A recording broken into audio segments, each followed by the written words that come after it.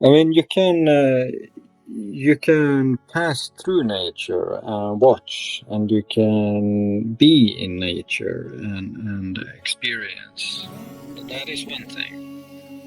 But when you start to interact with the nature, then it then everything comes to a different level.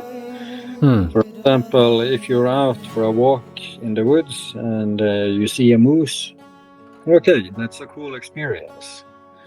But if seeing that moose is the difference between being hungry or not, the difference between your survival or not, the difference between your well-being or not, then everything gets amped up quite a lot. And everything gets a bigger meaning.